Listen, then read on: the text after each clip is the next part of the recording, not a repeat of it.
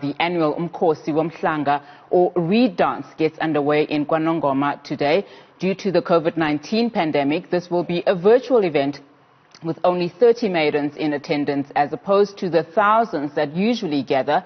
This year, instead of reeds, maidens will carry placards with anti-GBV messages to lay before the king. Karinda Jagmohan joins us now from KwaNongoma. Karinda, thank you so much for your time. A very different reed dance this time around. How is it being celebrated?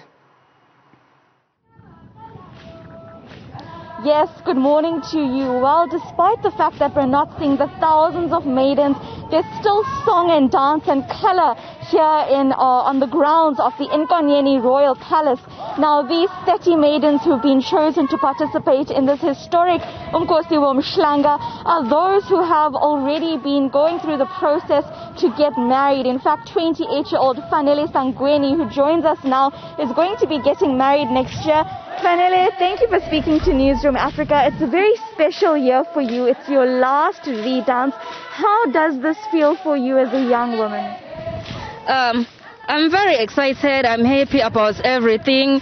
The difficulties that we are having right now is the corona situation. But as for me coming here, I feel honored and I feel privileged. And I'm so sorry for other Maidens who didn't get the chance to come here. As we are here, we're going to represent everyone who's at home. Now, it's going to be different this year. You're not going to be laying down reeds before the king, but messages of anti-gender-based violence. How important is this for you to represent women on this level?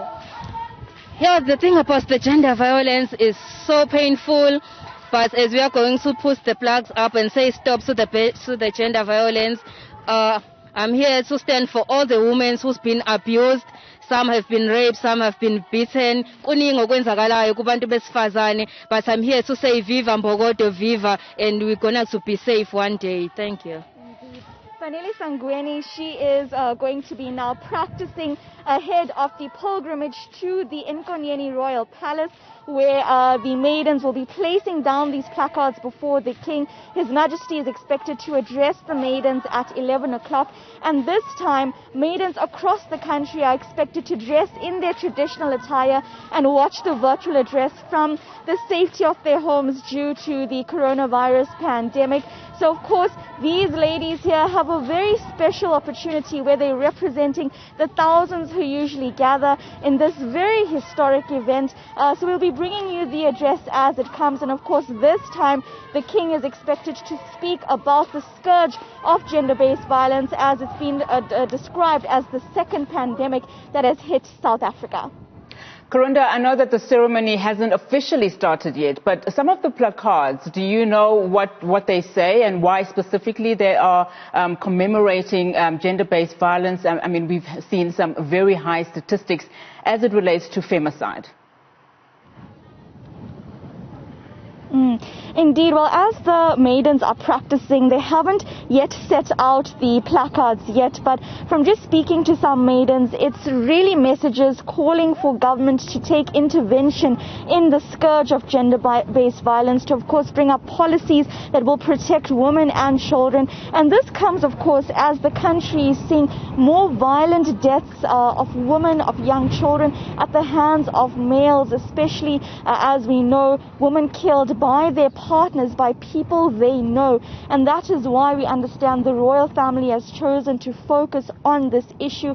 Previously, there's been discussions about the scourge of HIV and AIDS, where the king spoke about the spread of HIV and AIDS and calling on the young maidens to be wary of this and to protect themselves against this. However, now we see the conversation turning differently. In fact, earlier we spoke to the royal household spokesperson, Prince Tulani Zulu, and what he said was that this historic event often garners the attention of the world. It is an international event because of the importance and the importance of this tradition, and thereby using then this platform, this international platform, to say that there is this issue in South Africa, and it's high time that government officials, that males essentially come to the foreground to protect women and children, as we're seeing now this scourge of gender-based violence being described as a pandemic that's hit the country.